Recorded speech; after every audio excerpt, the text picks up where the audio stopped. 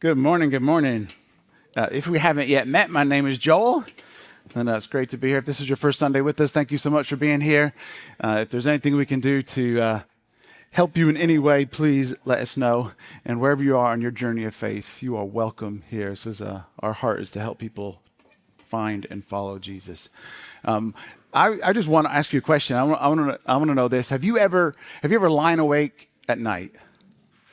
And it's not because all the noise outside, we all have that. Sometimes the trains and sometimes just the neighbors, whatever's going on. It's not about what's going on the outside, but have you ever been awake because of what's going on the inside? There's a noise, but it's a noise in here. It's a noise in here. This noise in our heads and in our hearts, and maybe it's our thoughts are racing, or maybe we're rehearsing something that happened. Maybe we're trying to recover from something that's happened, or maybe we're worried about something that might happen. It may not even actually come true. It could be a pressure at work. It could be a pressure in the family. It could be a pressure in your neighbor. It could be something something health-wise. You're waiting for some results, and you haven't got the results through yet, and so you just imagine that it's going to be worse than it actually is. There's this tangible noise that affects us even when we haven't even experienced. So whether it's rational or irrational, we experience this. And I think you probably know what I'm talking about. And we all long for peace, like a true peace, a peace that's just settles the noise almost. It settles the worry, settles the anxiety. And the thing about peace is, if it was so easy to find, so many people wouldn't be looking for it, right? I mean, if peace was actually easy, why would so many people not have it? If peace was simple, why would so many people still be looking for it? And peace is difficult. We live in a world that's actually, this is true. I mean, there's overwhelming anxiety in our world at the moment.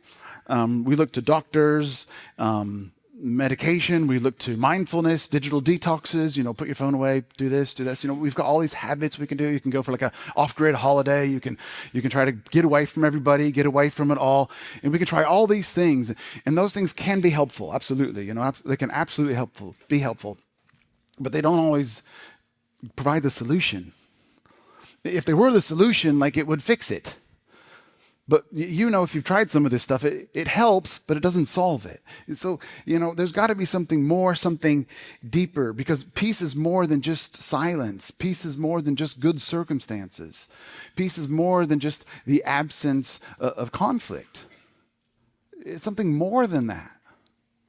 It's something deeper.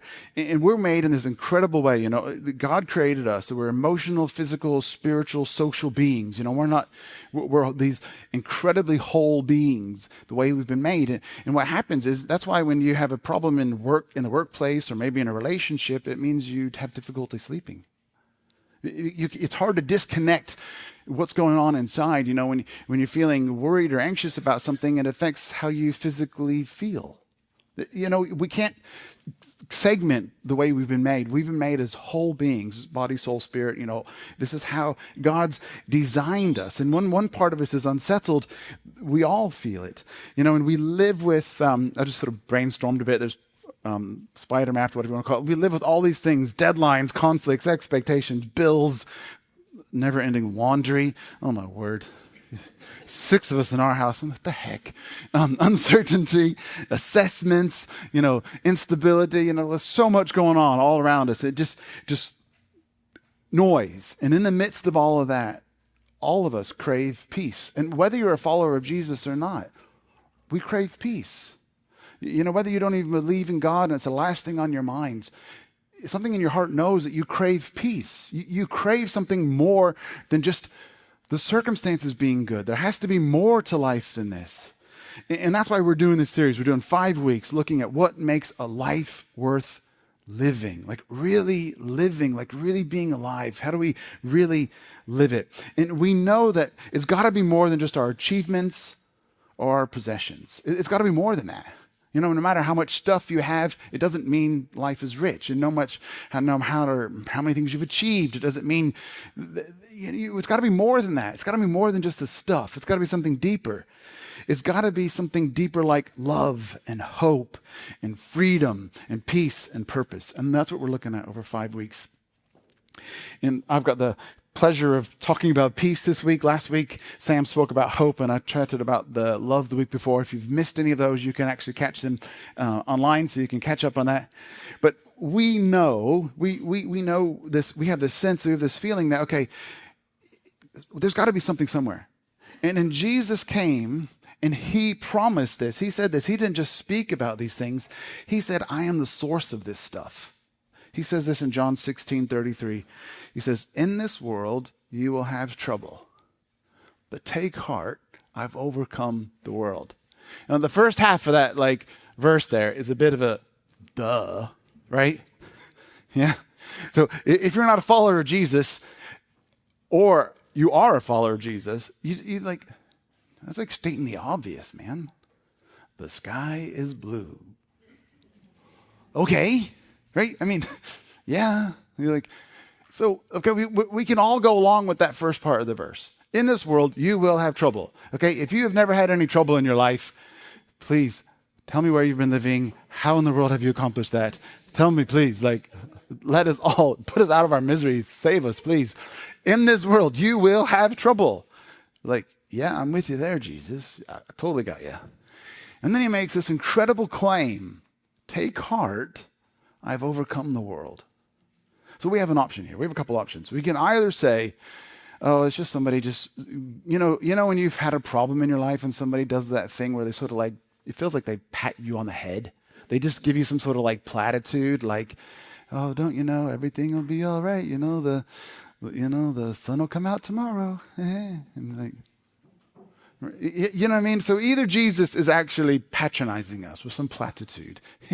Take heart. It's okay. I've overcome the world. Just take heart. Or he's lying and he's delusional, right?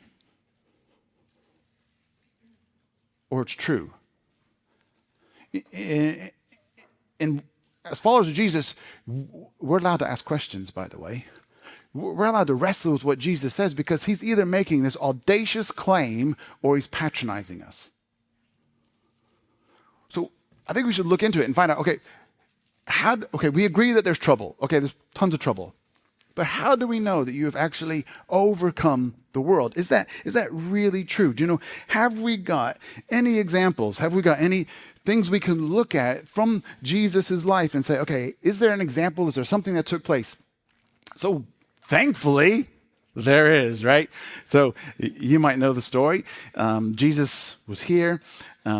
All of his disciples were together. Those disciples were another word for followers. These followers, this band of men that he'd gathered, and then this wider group of women that all followed him. There was this huge group of people that were following him, these close circle, and they go into Jerusalem. And so this is the context. They're arriving in Jerusalem. They think they're going to ride into victory, except they ride into defeat. They didn't expect what happened. And what happened was they arrive in the city. The people are celebrating, the crowds are chanting his name. They're worshiping. They're throwing palm leaves down. They're making a way for him. And then a week later, the same crowd, this mob that had gathered in Jerusalem for what was a religious festival called Passover. They'd all gathered in this city to come back to celebrate Passover.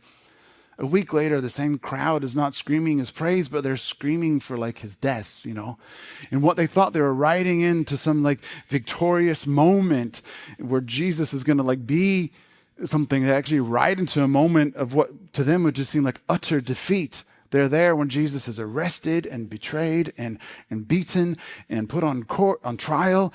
And then they're there when they actually watch him be whipped and then nailed to a cross.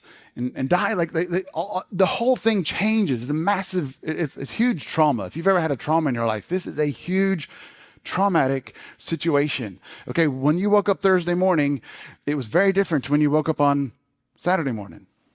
Okay, and in just a space of a couple of days, everything had changed dramatically. It's like you're all getting ready to go somewhere. You want to go on a holiday together. You're so excited. Children are excited, or your friends are excited. You're gathering, you're getting ready. You've got everything planned, and you're going to get there, and you get in the car, and you're just driving, and all of a sudden, out of nowhere, somebody hits you from the side. Totally unexpected, totally unplanned, and it changes everything that you had organized for the future. In one moment, everything Everything changed for them. And in this context, they are worried and they have no idea what to go forward with. So I would say that's a great example we can use to say there's trouble, right? I mean, that's a troubling thing. And here's how it's written about. We're going to look at two Gospels in parallel. So Matthew, Mark, Luke, and John are 4 books, and you can think of them like biographies. So 3 of them are eyewitness accounts that they're written by people who were actually there. And Luke was written by someone who wasn't there himself, but he investigated what took place. You can read about it. So you've got 4 eyewitness accounts or biographies about the life of Jesus. And it's Matthew, Mark, Luke, and John. And we're going to take John and Luke today and sort of just piggyback and jump between the two to tell the story. And this is one of the reasons, if you're just curious about faith, this is one of the reasons that the Gospels are believable. For example, if you were to have a barbecue yesterday, lovely weather, if you had a barbecue yesterday, and I asked one of you about what happened, and you could tell me what you remembered and what took place, and then I asked someone else what happened and what they remembered and what took place. Now, they're not going to give the exact same word-for-word account. If they do in a criminal court, that's called lying, because they believe that these people have colluded to create the story to make sure So what should happen when people give an account of something is this person says it a little bit differently. And I remember, we had this and this is what we were done. And this person adds in a different detail to the same story. And the 2 stories together, the 2 people that we talk about at the barbecue, we get a fuller picture of what took place. So Matthew, Mark, Luke, and John do that. And there's differences in there, but the differences aren't contradictory. The differences are complementary because they add their recollection of what took place. So that's why we're bouncing between the 2. So in John chapter 20, it says this: on the evening of the first day of the week, and this is after everything had just fallen apart, after they'd been hit sideways by this car. On the evening of the first day of the week, the disciples were together behind locked doors for fear of the Jewish leaders, when Jesus appeared and said, "Peace be with you." And Luke writes about it like this. He says, while they were still talking about what happened. The thing that they're talking about, what had just happened, is what Sam talked about last week. So if you missed that one, it's a good little plug to go ahead and listen to that. So while they were still talking about what happened, Jesus suddenly appeared and said, "Peace be with you." So, okay, Jesus appears. And does that mean, poof, all the trouble goes away? Does it mean like, okay, Jesus is here now. Yes, everything's cool. Everything's fine. That's all perfect. Yeah. Is that what happens? So Luke tells us what the reaction is. It's in this 24, verse 37. They're startled and frightened, thinking he's a ghost. And Jesus is like, why are you frightened? Yeah? Why do you doubt it's really me? Look at my hands. Look at my feet. You can touch me and see. A ghost doesn't have flesh and bones. He's saying like, come on, check it out, And then it carries on. It says this, it says, they still did not believe because of joy and doubt. And he asks them, have you got anything to eat? So they gave him some fish and he ate it. The Greek word, therefore, to not believe means to be suspicious or distrustful. Is this too good to be true? Is that sort of suspicion? It means to not trust. It means to not believe, to not trust that what you're seeing is real. It's like when somebody rings you up or you get one of those emails or one of those cards that used to come through the letterbox. You get a card saying, you have been chosen. You have won 100,000 pounds, right? You're like, all you need to do is call this number or sign up here or did it. And you're thinking like, you sort of read it and you think, it's too good to be true, right? There's people that like try to sell you something and you sort of think, yeah, this is what they're doing. This is what it is. So because it's joy and doubt, the description of the words being used in the Greek mean to like, this is just confusingly too good to be true. I don't know what I should feel. And it's kind of cool that it's so honest, which is helpful for us as well. And then carries on. It says, Jesus opened their minds so they could understand the scriptures. And he told them it was written that he would suffer and die and rise again on the third day. And this message of salvation will be taken from Jerusalem to all the nations. And you are the witnesses of these things. We don't know how many people are in the room. There was a number of people, more than we know. We don't have a record of accurately how many people were there. You, he's saying, it's plural. Collectively, you are the witnesses of these things. And then John carries on with the narrative, John 20, and it says, and again Jesus said, peace be with you. As my Father has sent me, I am sending you. And he breathed on them and said, receive the Holy Spirit. In John's narrative, he doesn't include the bit about, you think I'm a ghost, touch me and have some fish to eat. You see how they have the same experience, but then they add different details. And then the beginning and the ending, they come back together again. And where Jesus said, you will be my witnesses everywhere, John says it like this, as my Father has sent me, I'm sending you. And he breathes on them and says, receive the Holy Spirit. Another thing that's incredibly cool about the eyewitness encounters that took place with Jesus is because except for Mary, they're all a group encounter. He didn't show up to one, it's not a one-on-one experience. It's a group of people that see the resurrected Jesus.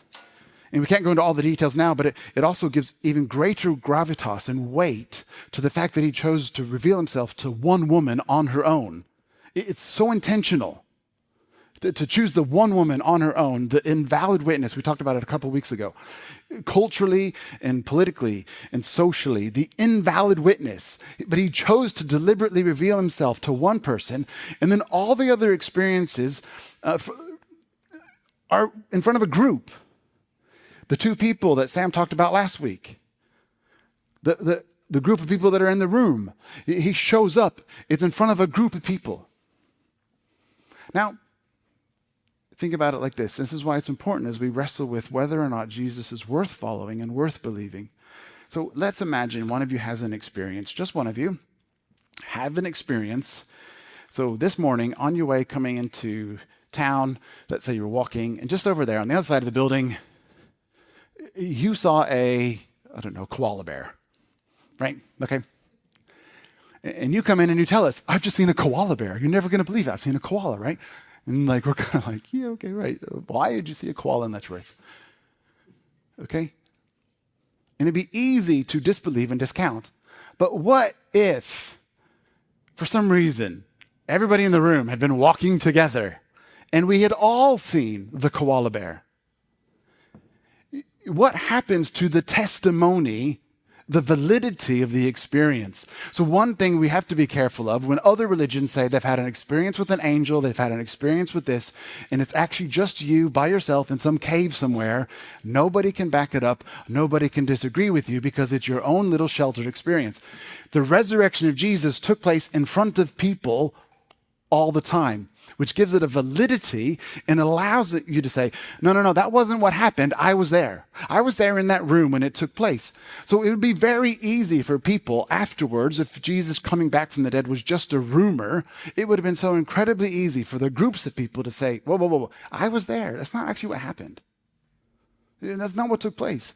Paul writes later on in Corinthians that Jesus showed up to over 500 people in one meeting. It becomes a publicly verifiable event. So it's helpful as we wrestle with who Jesus is and if he did what he said he would do, to know some of these kind of things. And so it's incredible that most of his experience, all but one of the experiences are eyewitness group encounters. So that was an aside, by the way. So how is the peace that Jesus offers a peace that overcomes the trouble in the world? And is this actually a peace? Is this the peace that we're looking for? And we'll look at a couple of things. I want to say this. Jesus' peace that he offers is a peace that's greater than fear. His peace is greater than fear. I love the detail in the story. They say they were behind locked doors. They were hiding because of fear. John and Luke talk about the disciples being afraid. They were there because they were in fear. They're hiding.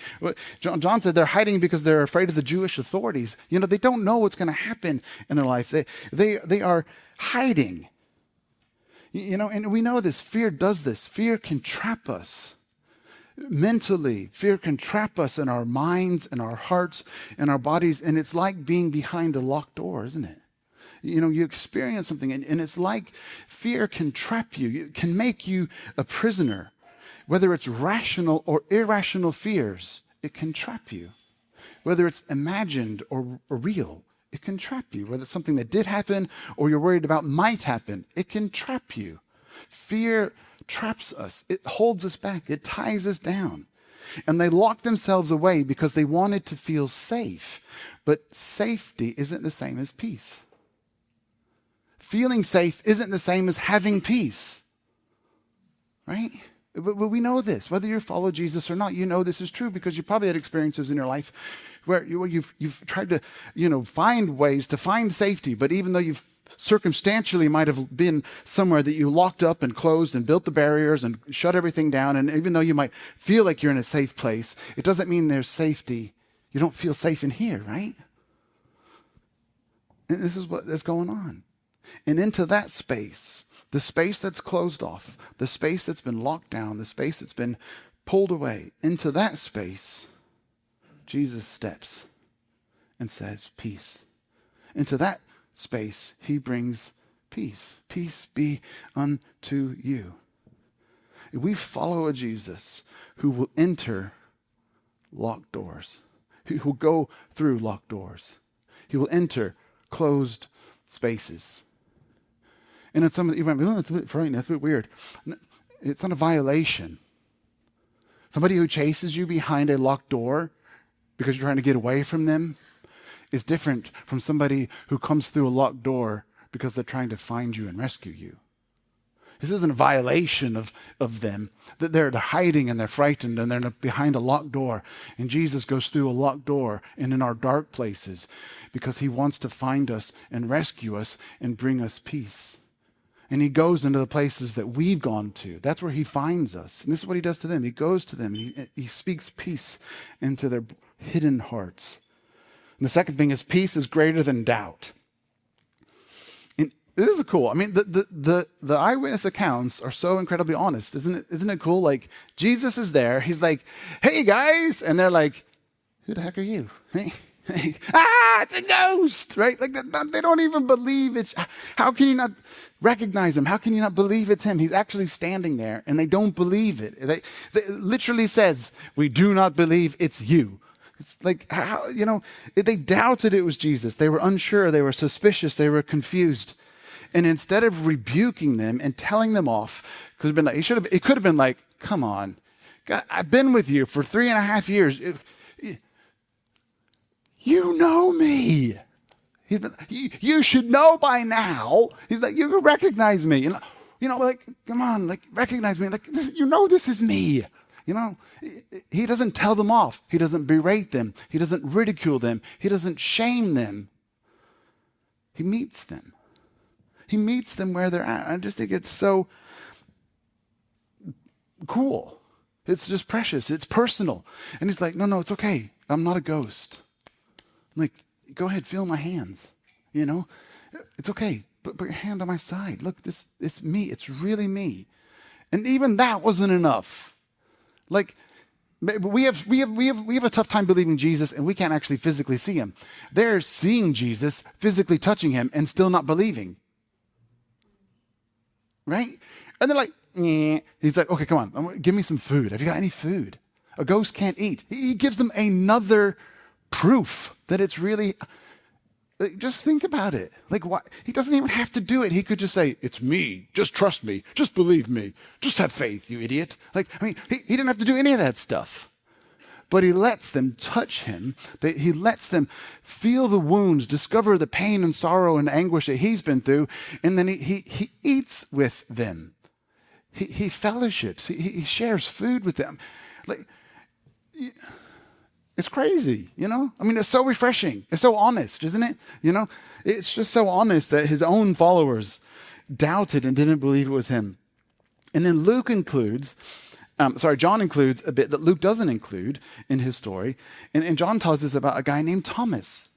You might have heard about Thomas because Thomas gets a bad rap, right? Thomas is known as Doubting Thomas. And it says Thomas was not there with the others when Jesus had appeared.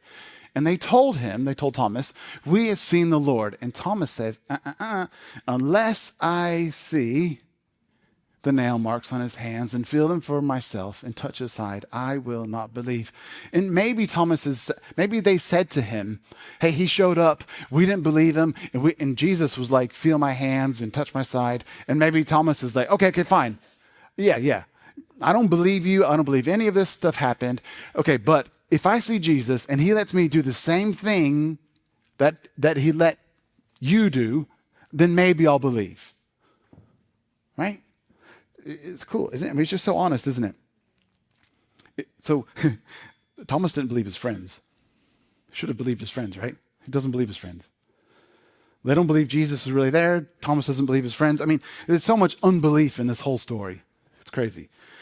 And it says in John 20, a week later, they were all together again. And even though the doors were locked, it talks about doors being locked, Jesus appears and says, peace be to you. And then turning to Thomas, he says, put your fingers here. See my hands? Put your hands on my side. Stop doubting. Believe. It's just like, it's like he purposefully sought Thomas out. It feels like he just looks for him, And it doesn't happen while Thomas was by himself, fishing, or while Thomas was on his way to the shops, or while Thomas was at home reading or something. It happened again in a group. They're all together again. And Jesus shows up in front of a group again. And he says, Thomas, try this. Thomas, do this. It's so cool. And I know, as I said before a second ago, Thomas is known as Doubting Thomas. But I think that's a bit unfair. It should be Doubting Disciples. Nobody, it's like, hey, let's all just blame Thomas. Let's include the bit about Thomas because, he'll be the, scapegoat. He'll be the fall guy, Thomas didn't believe, but I did, I mean, it's like Thomas gets this really bad rap, but actually the story tells us none of them believed. Nobody did. Yeah, he's the, he's forever, poor guy, he's forever known with this reputation, and the others have sort of, slipped under the radar, right? But, no, he's just but how cool is it that Jesus, even his closest friends and followers, were allowed to doubt and didn't actually believe? Because let's be totally honest, dead people stay dead. They saw it happen. You do not expect Jesus to come back from life, let alone anybody to come back from the dead, right? You do not expect it. And after Thomas has done this, he then has this incredible response. Thomas cries out and he says, my Lord and my God. My Lord and my God. He's saying, he could have said, hey, my friend, we've been friends for a few years. My teacher, my rabbi, my coach, my mentor, my influencer. But Thomas has this incredible declaration of faith. We don't need to rush past this moment. And he says, my Lord, my God. Okay, this is totally blasphemous in a Jewish culture. He's saying, this individual, you shall have no gods before me, was one of their major commands. You shall not make false idols. You shall not make images. And all of a sudden, he is saying to the man standing there, my Lord, my God. It's a massive declaration of faith. It's this huge testament, I mean, the others might have doubted, but Thomas seems to be the only one to have said,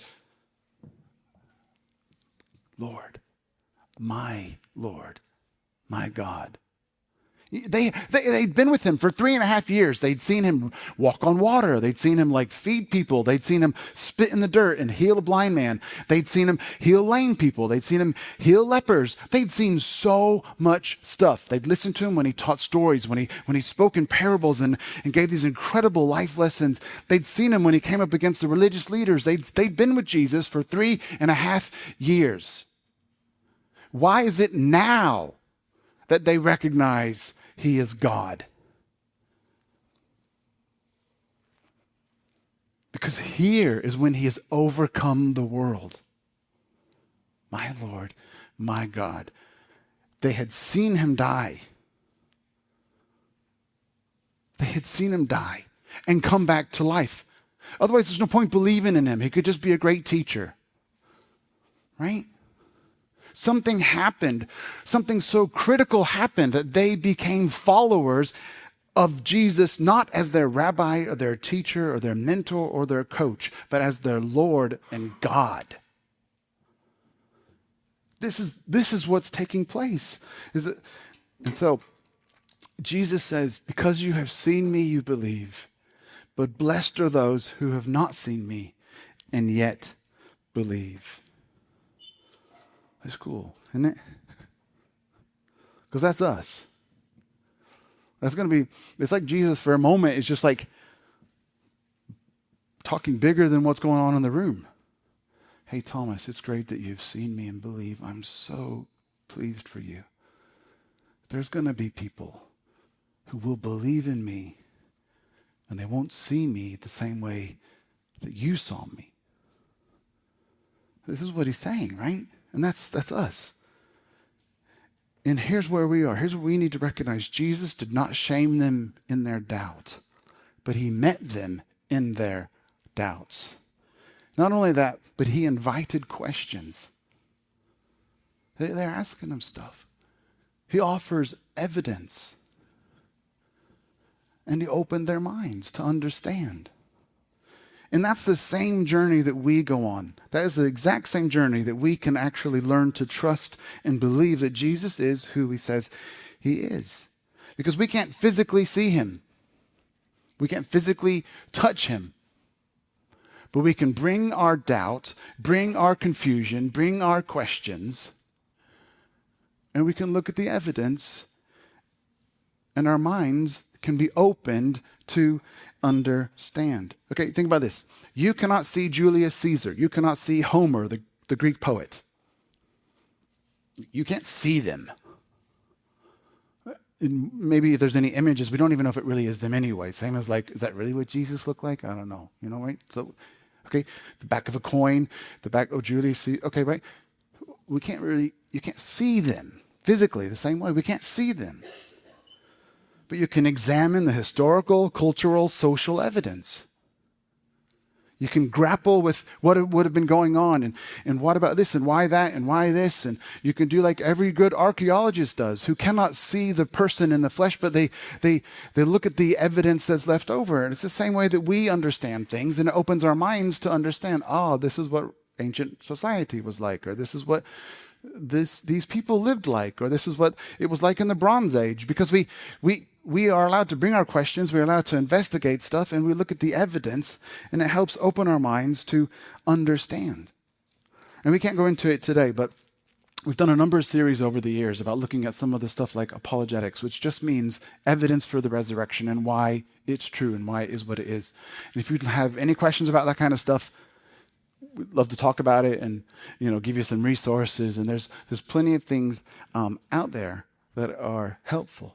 And if you're doubting, if you've got questions, if you're curious, if you're confused, perfect. Like, so were the disciples. So were his closest followers. You're in great company. You're in the best place possible. Because in our doubts, in our uncertainty, in our confusion, that's where Jesus met us. That's where Jesus met them, in that place. You don't have to meet him and have it all figured out first. You bring your questions, you bring your doubts, you bring your suspicions, you bring your cautions, you bring your uncertainties. That's where we meet Jesus. You don't have to have it buttoned up and all sorted out and no. You just bring your genuine questions and investigate it and explore it and then make a decision for yourself. And the third thing, is that this is a peace that empowers. He gave them a peace that empowers. It was a peace that got rid of fear. It was a peace that was greater than doubt. And it's a peace that empowers. So remember the story. The disciples had run away. They were hiding. They thought it was all over. They thought it was done. They had abandoned their friend. They're grieving. They're ashamed of the future. They don't know what's going to happen. They don't know what's going on. And everything that they had hoped for was now destroyed, right? I mean, this is what's going on. And into that place, Jesus speaks peace. It gets rid of the fear. He meets them in that place of doubt, and he commissions them. He commissions them to look again towards the future. They thought the world was over. And he's saying the world is bigger than you even have any idea of. My world is over. It's all crashing down. I'm stuck in this room. We're locked away. We're hiding. And he says, this is the message that's going to go from Jerusalem to the whole world. Why are you telling people that who basically have no worldview? Who are so caught up in their own problems, in their own issues, in their own circumstances, in their own fear, in their own, everything's falling apart, in their own emotional turmoil. And in that place, he's telling them the world is so much bigger than you can ever imagine. They couldn't have even imagined the other side of the world. This is thousands of years ago in ancient Palestine. Okay, how big was their world? They knew about Greece. They knew about Rome. Like, how big was their worldview? Did they know about Antarctica? I don't know, right? Did they know about the tropical jungles in Central America? I don't know, right? Did they know about the wild plains in America? Like, I don't know. I doubt it. There's no evidence that anybody knew much beyond their borders or their right. And yet he's telling these people the world is bigger than you have ever imagined, and even bigger than you can at this moment have hope for. It's bigger. It's more. It's bigger. It's crazy. He's empowering them. And he said this in John 20:21, as the Father sent me, I'm sending you. It's like in the same way that I have been sent, I'm now sending you. That's crazy. The same commission, the same mission, the same Father who sent me has given me the authority to send you. It's just incredible. He gives them a purpose and a future. He gives them a hope. Because true peace does that for you. Because no matter what you're going to face in life, a true peace says, there's more. Right? The true peace says, no matter what the fear is, there's more, right? No matter what my doubts are, there's more. This is the peace that empowers and overcomes the world. Jesus did more than comfort them. He did more than just platitudes. He did more than tap them on the head and make them feel nice with some little good saying. He did more than comfort them. He commissioned them. He equipped and empowered them with purpose. Peace isn't just the absence of fear. It's the presence of courage. Peace isn't just the absence of fear. It's the presence of courage. It's something more. We all know peace is something deeper. It's something more. Otherwise, it'd be so easy to find, right? Just read a book and you've got it. No. Jesus says, I am the source of peace. It's me alone that can give you a peace that's greater than your fear, that meets you in your doubts, and invigorates and empowers you for purpose in the future. In this world you will have trouble, but take heart. I have overcome the world. Jesus backed up what he was saying by what he did, right? We're allowed to ask questions and investigate and research the story. Okay? Otherwise, he's a liar. Otherwise, this is a false claim, and don't follow false people, okay? If Jesus is an idiot, please walk away. But if Jesus is the Savior, think twice before you walk away. I have overcome the world. It's a promise that is with them. We're going to wrap up. We're going to pull it all into land. But Jesus never promised a trouble-free life. He promised peace that overcomes fear and doubt and shame and worry. He gives us a peace that is greater than the defeat, greater than the circumstances around us. And I don't know where you are today. Maybe you feel like you're in that place where you're behind a locked door. Maybe you feel like you're in a place where you've battened down the hatches, you've withdrawn, you've pulled away, you've had to understand it. You've had to build up some walls, maybe to protect yourself, or maybe to whatever's going on, and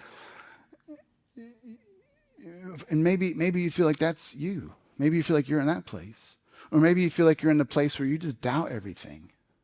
You just don't even know if it's really true. You don't even know if it's even worth believing in. Or maybe you're in that place where I don't even have hope for tomorrow. I don't have hope for this afternoon. I can't see further than the next week. I can't even think that there's more to this. And in fact, maybe I just feel so much in myself that I've just blown it so many times. There's no way I can, be used by God or be something different. And this is what fear does. Fear cripples us. Fear ties us up in chains and traps us. And wherever you are today, there is one who speaks peace to you. And I just want to pray a simple prayer, if that's all right. And maybe you're not in one of those positions, but maybe there's someone in your life who is. Maybe it's a loved one. Maybe it's a friend. Maybe it's a colleague. Maybe it's a child, a parent, a neighbor. Maybe there's somebody in your life who you know is just bound.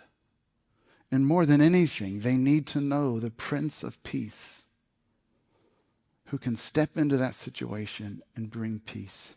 So I just want to pray for you and pray for those people on your heart. I just pray for everybody in the room now that they would know and discover the Prince of Peace. God, I ask that you would open our minds to understand the Prince of Peace. Open our ears to hear you when you say, peace be with you. Peace be with you. And God, I just ask by your goodness and your kindness that you know what's going on in people's lives. And I ask for your healing. I ask for your love. I ask for your grace. I ask for your strength to just be with each and every person. Be with those ones in our lives that we ache for. Bring them peace, Father. And thank you that you don't leave us just comforted, but you commission us. And I ask for your strength to empower everyone today to know that there is a future and a hope. God, you are a good God, and you give us an incredible peace. In your wonderful name we pray. Jesus is the only way we can discover a life worth living. We're going to carry on next week, and then the week after. We got 2 more weeks of this series. I know we're nearly at 12 o'clock, so if you've got children across the road, please head over and collect them. If you have not yet signed up for the welcome lunch next week, please do so at the back. And if you've got any questions, I'd love to have a chat. Thanks.